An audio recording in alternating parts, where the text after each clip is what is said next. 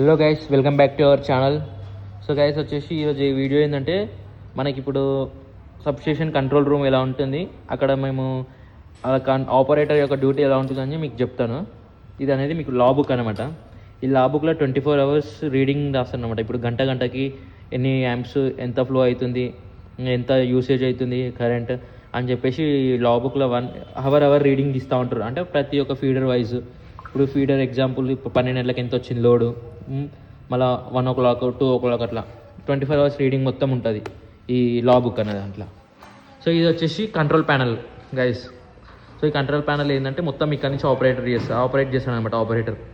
Operator మొత్తం ఇంకో GCB1 GC2 LV కింద ఫీడర్లు. ఇప్పుడు ఎగ్జాంపుల్ ఇది ఇంకో మీర్పేట్ కనిపిస్తుంది. ఇప్పుడు ఈ మీర్పేట్లో మనం ఆఫ్ చేసినాం అనుకో, ఆ మీర్పేట్ ఉన్న ఏరియా మొత్తం కరెంట్ అనేది ఆఫ్ అయిపోతుంది. ఇక్కడ ట్రిప్, ఇప్పుడు అక్కడ ఏదైనా లైన్లో ఫాల్ట్ ఉందనుకో, ఇక్కడ ట్రిప్ అయిపోతుంది. ఫీడర్ ట్రిప్ కాగానే ఇంకో ఇక్కడ రెడ్ ఇండికేషన్ వస్తుంది, గ్రీన్ వస్తాయి, అలారంలు వస్తాయి. సో మనం అలారంలో ఆఫ్ చేసుకొని ఆపరేటర్ అనేది బయటకు వెళ్ళి మన రీసెట్ చేసుకొని వచ్చి మళ్ళీ ఆన్ చేస్తాడు. సో ఇట్లా ఇన్ని దాదాపు మినిమం ఒక 11-12 ఏరియా ఫీడర్స్ ఉంటాయి. ఇప్పుడు ఇక్కడ బంద్ చేస్తే మొత్తం టోటల్ ఏరియా మొత్తం పోతాయి. ఇప్పుడు కోకోకోలా ఫ్యాక్టరీ, ఇది మల్కాజ్గిరి, ఇది మౌలాలి.